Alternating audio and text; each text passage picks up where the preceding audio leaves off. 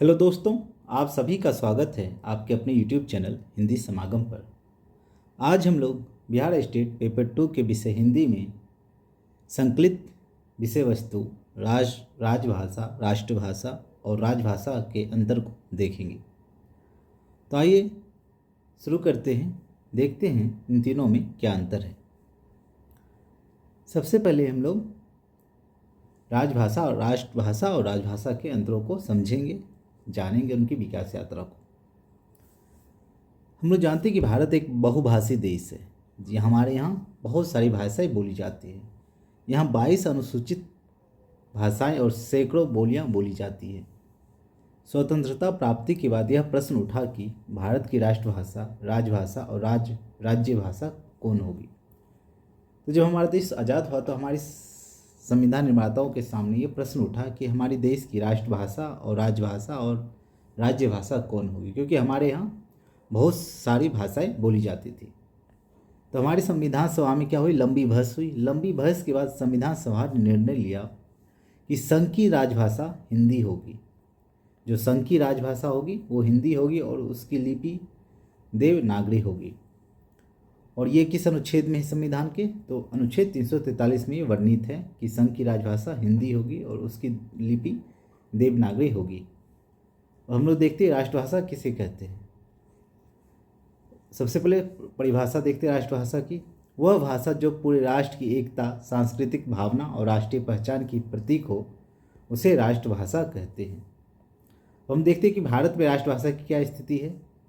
संविधान में राष्ट्रभाषा शब्द का कहीं भी औपचारिक उल्लेख नहीं है। भारत में कोई भी भाषा संवैधानिक रूप से राष्ट्रभाषा घोषित नहीं की गई है। हालांकि हिंदी को व्यवहारिक रूप से भारत की राष्ट्रभाषा माना जाता है, क्योंकि यह भारत में सबसे अधिक बोली और समझी जाने वाली भाषा है। स्वतंत्रता आंदोलन के दौरान हिंदी ने राष्ट्रीय एकता के प्रतीक के रूप में कार्य किया। महात्मा गांधी और अन्य नेताओं ने हिंदी को राष्ट्रभाषा के रूप में स्वीकार करने का आग्रह किया था। तो हमारे जो देश के महान नेता थे, महात्मा गांधी, राजेंद्र प्रसाद जैसे नेताओं ने हिंदी को राष्ट्रभाषा के रूप में स्वीकार करने का आग्रह किया था, ताकि हमारा राष्ट्रीय आंदोलन जो हो एकता के साथ आगे बढ़ सके। सबसे पहले जानना चाहते हैं कि हम राष्ट्रभाषा की क्या विशेषताएं होती है। तो राष्ट्र की पहचान का प्रतीक होती है कोई भी राष्ट्रभाषा। संपूर्ण देश में सांस्कृतिक एकता का माध्यम होती है। जो राष्ट्रभाषा होती है वो संपूर्ण देश की सांस्कृतिक एकता का प्रतीक और माध्यम बनती है। सरकारी और राष्ट्रीय स्तर पर प्रचार प्रसार का साधन बनती है और जनसंपर्क की सामान्य भाषा होती है। ये सब चीज़ें राष्ट्रभाषा की विशेषताएं होती हैं। महात्मा गांधी ने कहा है कि हिंदी ही वह भाषा है जो पूरे भारत को एक सूत्र में बांध सकती है। तो महात्मा गांधी हिंदी के बारे में कहते हैं क्या, कि हिंदी ही वह भाषा है जो पूरे भारत को एक सूत्र में बांध सकती है। और हम लोग देखते हैं राजभाषा, जिसको इंग्लिश में हम ऑफिशियल लैंग्वेज भी कहते हैं, वो क्या होता है।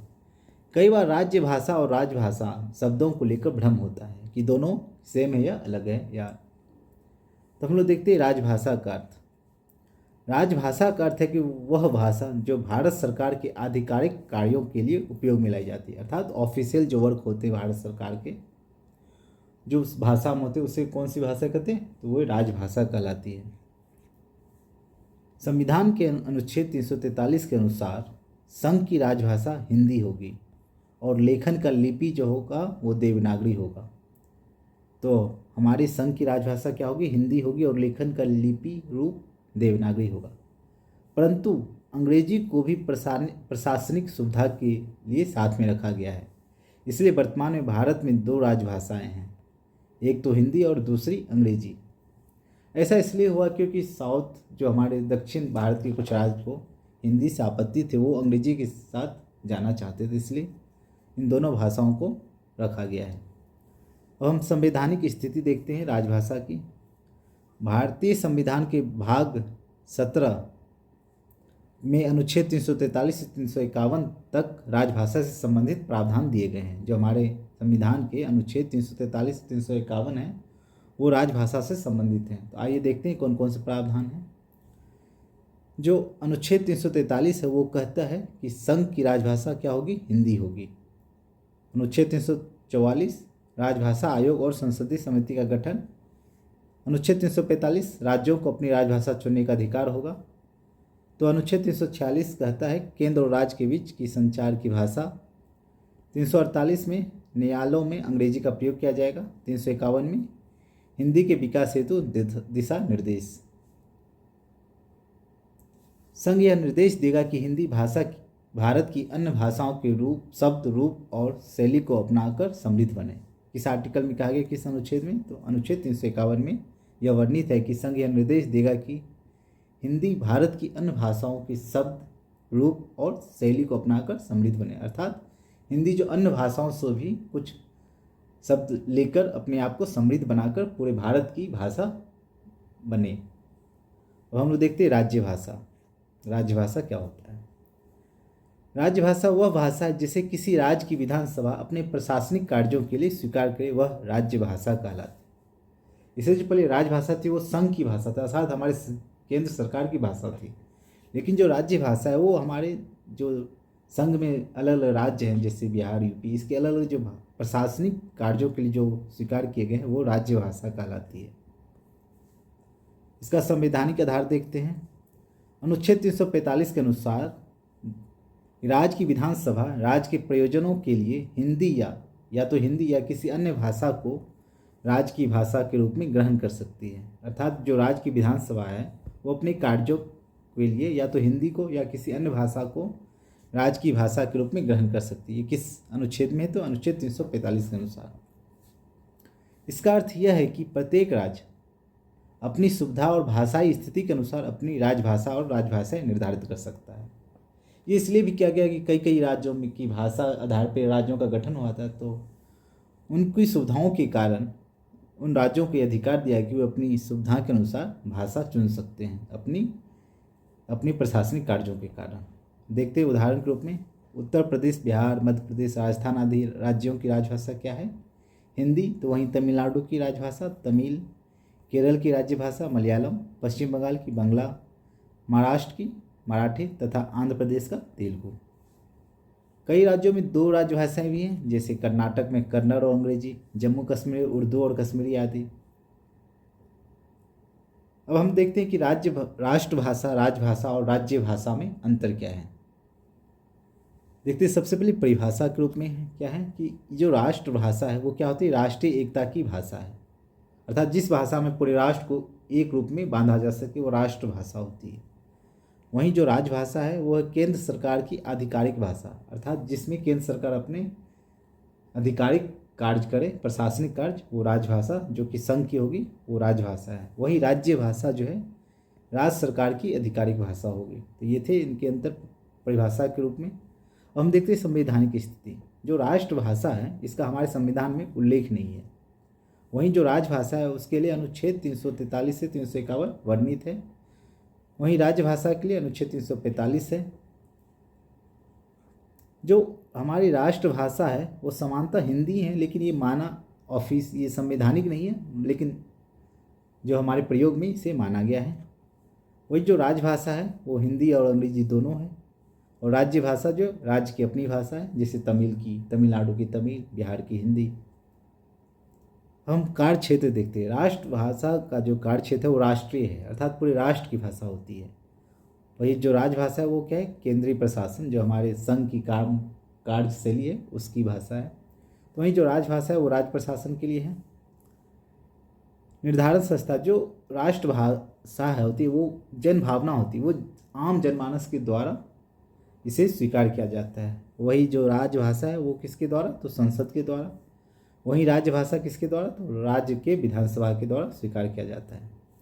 अब हम देखते हैं कि उद्देश्य क्या होता है। ये जो राष्ट्रभाषा होता है उसका उद्देश्य है एकता और पहचान। हमें भारत में एकता और भारतीय पहचान को बढ़ावा देने के लिए राष्ट्रभाषा की जरूरत पड़ती है। वहीं जो राज्यभाषा है वो प्रशासनिक एकरूपता, जो हमारे संघ का कामों में एकरूपता लाने के लिए इसका इस्तेमाल किया जाता है। तो वहीं जो प्रादेशिक सुविधाएं हैं, हमारे में अलग अलग जो प्रांतीय राज्य हैं उनके लिए राजभाषा का जरूरत होती है। उदाहरण देखते हैं। हमारी राष्ट्रभाषा हिंदी को मान लिया गया है, वही और हिंदी और अंग्रेजी को राज्य की भाषा, संघ की भाषा माना गया है। वहीं तमिल, मराठी, बांग्ला आदि हमारे अन्य राज्यों की भाषा है। अब हम देखते हैं राजभाषा से संबंधित प्रमुख समितियां और आयोग। देखते राजभाषा आयोग जो कि 1955 में बना था, उसके अध्यक्ष बीजी खेर थे। उद्देश्य था राजभाषा नीति पर सुझाव देना। संसदीय समिति 1957 में, उसका उद्देश्य आयोग की अनुशंसाओं पर विचार करना था। रामानंद मिश्र समिति 1976 में, जिसके अध्यक्ष रामानंद मिश्र थे, हिंदी के प्रयोग की समीक्षा। तो राजभाषा विभाग 1975 में बना था, जिसका उद्देश्य था राजभाषा नीति का क्रियान्वयन। अब हम लोग देखते हैं राजभाषा विभाग, इसकी स्थापना 1975 में की गई थी। ये जो किस मंत्रालय के अधीन है, तो गृह मंत्रालय के अधीन आता है। इसका उद्देश्य क्या है कि राजभाषा नीति के कार्यान्वयन की देखरेख, सरकारी विभागों में हिंदी के प्रयोग को प्रोत्साहित करना तथा वार्षिक राजभाषा रिपोर्ट तैयार करना, इस विभाग का ये उद्देश्य है। और हम लोग देखते हैं कुछ प्रमुख उद्देश्य। दिवस, जो 14 सितंबर है वो हिंदी दिवस के रूप में मनाया जाता है। क्योंकि इसका महत्व क्यों है कि 1949 को संविधान सभा ने हिंदी को संघ की राजभाषा के रूप में स्वीकृत किया था, इसलिए हम लोग 14 सितंबर को हिंदी दिवस के रूप में मनाते हैं। वहीं विश्व हिंदू दिवस, दोनों अलग अलग याद रखिएगा, दोनों में आप कन्फ्यूज ना हो जाइएगा, दोनों अलग अलग है। विश्व हिंदू दिवस कब मनाया जाता है? 10 जनवरी को। क्यों? क्योंकि 1975 में प्रथम विश्व हिंदी सम्मेलन नागपुर में आयोजित हुआ था, उसी की याद में विश्व हिंदी दिवस 10 जनवरी को मनाया जाता है। अब हम लोग देखते हैं राजभाषा पखवाड़ा या सप्ताह। पखवाड़ा 15 दिन का होता है, सप्ताह 7 दिन का। राजभाषा पखवाड़ा जो होते हैं वो सरकारी कार्यालयों में हिंदी प्रचार प्रसार के लिए मनाया जाता है। ये 7 दिन का होता है। 14 से 28 पखवाड़ा, एक सप्ताह तक सरकारी कार्यालयों में हिंदी के को प्रचार प्रसार के लिए मनाया जाता है। अब हम लोग देखते हैं राजभाषा पर प्रमुख कथन, किसने क्या क्या कहा। महात्मा गांधी ने कहा, हिंदी ही वह भाषा है जो पूरे भारत को एक सूत्र में बांध सकती है। तो वहीं जवाहरलाल नेहरू ने कहा, हिंदी हमारे देश को एक करने का साधन है, परंतु किसी पर थोपी नहीं जा सकती। अर्थात हिंदी हमारे देश को एक करने का साधन है, लेकिन कोई अगर नहीं बोलना चाहता उस पर जबरन थोपा नहीं जा सकता है। ये किसका कथन है? तो जवाहरलाल नेहरू जी का। डॉक्टर राजेंद्र प्रसाद जी ने क्या कहा कि हिंदी न केवल भारत की भाषा है, बल्कि यह भारतीय संस्कृति की आत्मा है। तो वहीं डॉक्टर भीमराव अंबेडकर जी ने कहा, हमने यह निश्चय किया है कि हिंदी संघ की राजभाषा होगी, पर अंग्रेजी भी कुछ समय तक सहायक भाषा के रूप में रहेगी। अर्थात हिंदी के साथ साथ अंग्रेजी भी कुछ समय तक चलेगी। आचार्य कृपलानी जी ने कहा, हम राजभाषा के रूप में ऐसी भाषा चाहते हैं जो जनता की भाषा हो, ना कि केवल शिक्षित वर्ग की। अर्थात आचार्य कृपलानी जी का कथन था कि वो ऐसी भाषा चाहते हैं जो कि केवल शिक्षित वर्ग ही ना बोले, बल्कि आम जनमानस भी उस भाषा का प्रयोग अपनी जीवन में कर सके। वहीं डॉक्टर राधा कृष्ण जी का कहना है, हिंदी भारत के मन की भाषा है, इसे आत्मा की भाषा बनाना हमारा कर्तव्य है। तो वहीं डॉक्टर राम मनोहर लोहिया जी ने कहा, राजभाषा का प्रश्न केवल भाषा का नहीं, स्वाभिमान और आत्मनिर्भरता का प्रश्न है। अर्थात यह केवल भाषा नहीं बल्कि हमारे स्वाभिमान और हमारे आत्मनिर्भरता का भी प्रश्न है। वहीं मौलाना अबुल कलाम आज़ाद जी ने कहा, हिंदी को राजभाषा बनाना भारत की एकता की दिशा में एक बड़ा कदम है। ये थे कुछ हिंदी को लेकर, हमारी राजभाषा को लेकर हमारे महान विचारकों के कथन। अब हम लोग देखते हैं कि जो हिंदी राजभाषा जो हमारा बना, उसके विकास की ऐतिहासिक पृष्ठभूमि क्या रही, कैसे ये हमारे आज संघ की राजभाषा हिंदी बनी है। तो हम लोग देखते हैं, सबसे पहले ब्रिटिश काल में स्थिति देखते हैं क्या थी हमारे इसकी। अंग्रेजी शासन काल में अंग्रेजी प्रशासन की भाषा थी। उस समय हिंदी नहीं था, उस समय प्रशासन की भाषा क्या थी? अंग्रेजी। अर्थात सारा जो सरकारी कामकाज होते थे वो अंग्रेजी में होते थे। हिंदी और अन्य भारतीय भाषाओं को निम्न दर्जा दिया गया था। अर्थात जो लोग हिंदी या अन्य भारतीय भाषा बोलते थे उसे निम्न दर्जे का माना जाता था। परंतु 19वीं सदी में हिंदी के समर्थन में आंदोलन शुरू हुए, खासकर उत्तर प्रदेश में। हिंदी आंदोलन अब 1880 से 1947 तक जो चला है, उसमें हम देखते क्या क्या हुआ। 1880 के दशक में हिंदी बनाम उर्दू विवाद शुरू हो गया। भारत तेंदु हरिश्चंद्र और नागरी प्रचारणी सभा 1893 ने हिंदी के प्रसार प्रचार का नेतृत्व किया। महात्मा गांधी ने हिंदी को जन भाषा और राष्ट्रभाषा के रूप में स्वीकार किया। 1918 में हिंदी साहित्य सम्मेलन जो कि इंदौर में हुआ था, गांधी जी ने कहा, हिंदी ही वह भाषा है जो पूरे भारत को एक कर सकती है। यह किसका कथन है? तो गांधी जी ने कहाँ कहा? तो हिंदी साहित्य सम्मेलन जो कि इंदौर में हुआ था 1918 में, उसमें गांधी जी ने कहा कि हिंदी ही वह भाषा है जो पूरे भारत को एक कर सकती है। फिर संविधान सभा में राजभाषा पर भी बहस हुई, जो कि 1946 से 1949 तक चली थी संविधान सभा की बहस। तो संविधान सभा में राज्यसभा को लेकर लंबी और तीखी बहस हुई। कुछ सदस्य हिंदी को राजभाषा बनाने के पक्ष में थे, जबकि जो दक्षिण भारत के सदस्य थे वो अंग्रेजी को भी सहायक भाषा बनाए रखने की मांग कर रहे थे। मुख्य प्रस्ताव, जो 14 सितंबर 1949 को संविधान सभा ने निर्णय लिया कि संघ की राजभाषा हिंदी होगी। किस दिन ये निर्णय लिया गया? तो 14 सितंबर 1949 को, ये याद रखिएगा, बहुत ही महत्वपूर्ण दिवस है। इसी दिवस को हम लोग हिंदी दिवस के रूप में मनाते भी हैं। और उसकी लिपि कौन सी होगी? देवनागरी लिपि। साथ ही यह भी तय किया गया कि 15 वर्षों तक अंग्रेजी का प्रयोग सहायक भाषा के रूप में किया जाएगा, अर्थात हिंदी के साथ साथ 15 वर्षों तक अंग्रेजी को भी सहायक भाषा के रूप में प्रयोग में लाया जाएगा। यानी 1965 तक हिंदी पूर्ण राजभाषा बनने का लक्ष्य था, अर्थात हमें 1965 तक हिंदी को पूर्ण राजभाषा बना लेना था। हिंदी राजभाषा के विकास की जो कालाक्रमणिक घटना है उसको हम लोग देखते हैं। सबसे पहले 1918 में हिंदी साहित्य सम्मेलन जो कि इंदौर में हुआ था, गांधी जी ने हिंदी को राष्ट्रभाषा का दर्जा देने की बात कही। उसके बाद 1949 14 सितंबर अर्थात संविधान सभा ने उस दिन हिंदी को राजभाषा घोषित किया। इसी की याद में हिंदी दिवस भी मनाया जाता है, याद रखेंगे। 26 जनवरी 1950 को संविधान लागू हो गया। अनुच्छेद 343 के तहत हिंदी राजभाषा बन गई। 1955 को राजभाषा आयोग, जिसकी अध्यक्षता बीजी खेर कर रहे थे, गठित हुई।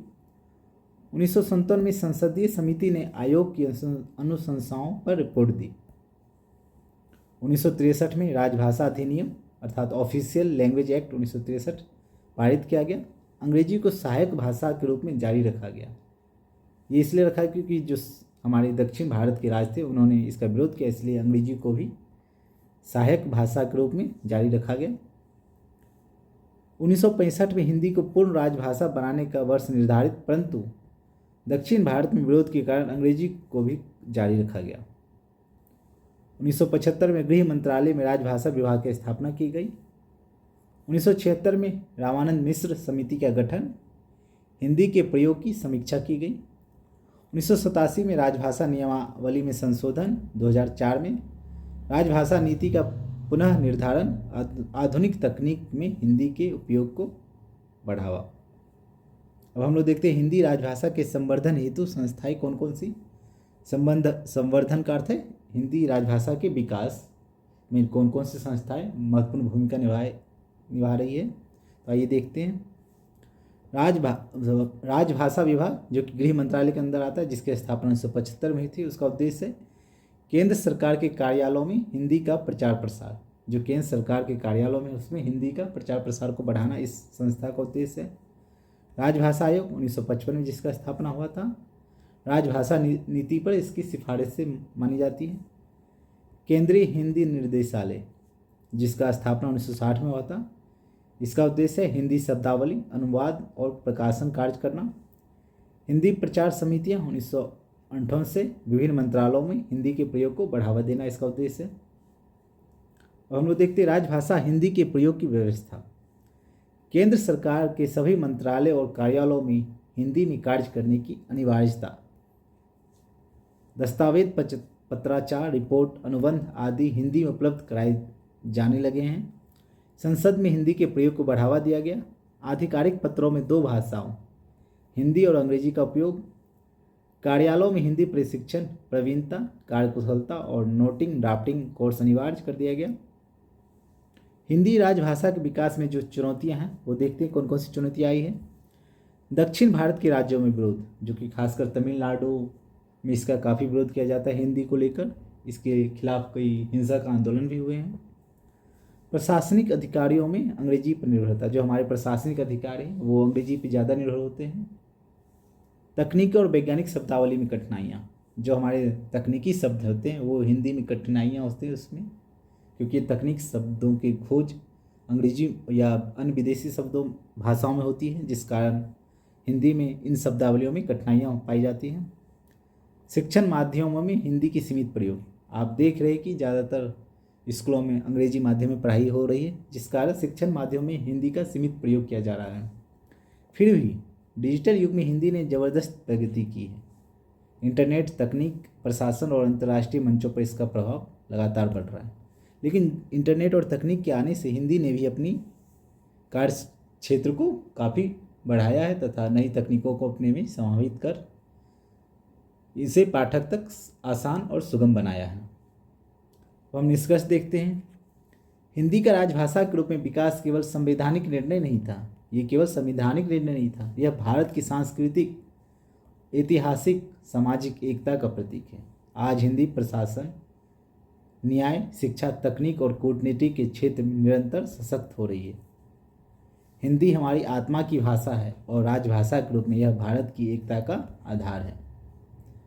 तो ये थे राजभाषा, राष्ट्रभाषा और राज्यभाषा में अंतर। अब हम लोग देखते हैं परीक्षा में पूछे जाने वाले कुछ महत्वपूर्ण प्रश्नों, इससे संबंधित कुछ महत्वपूर्ण प्रश्नों को। तो पहला प्रश्न है, भारत की राजभाषा कौन सी है? इसका सही उत्तर है ऑप्शन बी, हिंदी। अगला प्रश्न देखते हैं। अगला प्रश्न है, हिंदी को राजभाषा कब घोषित किया गया था? तो इसका सही उत्तर है ऑप्शन सी, 14 सितंबर 1949 को। उसी दिन हिंदी दिवस के रूप में मनाया जाता है। हिंदी किस लिपि में लिखी जाती है? तो इसका सही उत्तर है ऑप्शन बी, देवनागरी। अगला प्रश्न है, संविधान के किस भाग में राजभाषा का वर्णन है? इसका सही उत्तर है ऑप्शन बी, संविधान के 17वें भाग में इसका वर्णन किया गया है। अगला प्रश्न देखते हैं। अगला प्रश्न है, हिंदी और अंग्रेजी कितने वर्षों तक साथ प्रयोग में रहनी थी? तो इसका सही उत्तर है ऑप्शन बी, 15 वर्षों तक इन दोनों का प्रयोग साथ में किया जाना था, लेकिन इसे बढ़ा दिया गया है। अगला प्रश्न देखते हैं। अगला प्रश्न, अनुच्छेद 343 किससे संबंधित है? इसका सही उत्तर है ऑप्शन सी, संघ की राजभाषा से। अगला प्रश्न देखते हैं। अगला प्रश्न है, अनुच्छेद 351 में क्या प्रावधान है? इसका सही उत्तर है ऑप्शन सी, हिंदी के विकास हेतु संघ का कर्तव्य, अर्थात संघ का ये कर्तव्य है कि वो हिंदी के विकास हेतु कार्य करे। अगला प्रश्न देखते हैं। अगला प्रश्न है, संविधान में राष्ट्रभाषा शब्द का उल्लेख है या नहीं? इसका सही उत्तर है ऑप्शन बी, नहीं है। अगला प्रश्न देखते हैं। अगला प्रश्न है, अनुच्छेद 345 क्या कहता है? इसका सही उत्तर है ऑप्शन सी, राज्यों को अपनी राज्य भाषा चुनने का अधिकार। जो जैसे तमिलनाडु ने तमिल को अपना राज्य भाषा चुना, बिहार ने हिंदी को, उत्तर प्रदेश ने हिंदी को, तो ये किस अनुच्छेद के अंतर्गत आता है? तो अनुच्छेद 345। अगला प्रश्न देखते हैं। अगला प्रश्न है, भारत का राजभाषा दिवस कब मनाया जाता है? इसका सही उत्तर है ऑप्शन बी, 14 सितंबर को। अगला प्रश्न देखते हैं। अगला प्रश्न है, विश्व हिंदी दिवस कब मनाया जाता है? इसका सही उत्तर है ऑप्शन बी, 10 जनवरी को। अगला प्रश्न देखते हैं। अगला प्रश्न है, हिंदी को राजभाषा बनाने में किसने प्रमुख भूमिका निभाई? इसका सही उत्तर है ऑप्शन सी, महात्मा गांधी। इसके अलावा सभी नेताओं ने अपनी भूमिका हिंदी को राजभाषा बनाने में निभाई है, लेकिन प्रमुख रूप से महात्मा गांधी इसमें प्रमुखता से अपनी भूमिका निभाई है। अगला प्रश्न देखते हैं। अगला प्रश्न है, राजभाषा आयोग का गठन कब हुआ था? इसका सही उत्तर है ऑप्शन बी, 1955 में। राजभाषा आयोग के अध्यक्ष कौन थे? तो इसका सही उत्तर है ऑप्शन ए, बीजी खेर। अगला प्रश्न देखते हैं। अगला प्रश्न है, राज्य अपनी भाषा किस अनुच्छेद के अंतर्गत चुन सकता है? इसका सही उत्तर है ऑप्शन बी, अनुच्छेद 345। अगला प्रश्न देखते हैं। अगला प्रश्न है, हिंदी के प्रचार प्रसार हेतु राजभाषा विभाग कब स्थापित किया गया था? इसका सही उत्तर है ऑप्शन सी, 1975। अगला प्रश्न देखते हैं। अगला प्रश्न है, राजभाषा पखवाड़ा कब मनाया जाता है? इसका सही उत्तर है ऑप्शन बी, 14 से 28 सितंबर। अगला प्रश्न देखते हैं। अगला प्रश्न है, डॉक्टर राम मनोहर लोहिया का राजभाषा पर क्या मत था? तो इसका सही उत्तर है ऑप्शन बी कि राजभाषा का प्रश्न स्वाभिमान का प्रश्न है।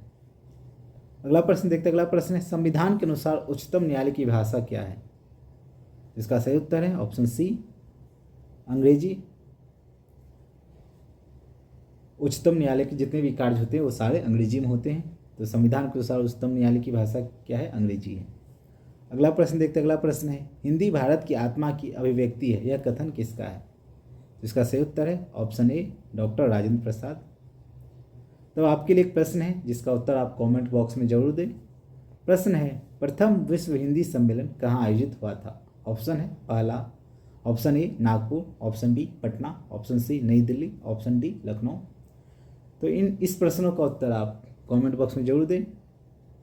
एक बार इन प्रश्नों को पुनः देखकर याद कर लें ताकि आपको परीक्षा में आसानी हो। अगर आप कोई सुझाव देना चाहते हैं तो कमेंट बॉक्स में ज़रूर लिखें। अगर ये वीडियो पसंद आया हो तो लाइक, कमेंट और सब्सक्राइब कर दें। मिलते हैं किसी नई वीडियो में, तब तक के लिए धन्यवाद। जय हिंद।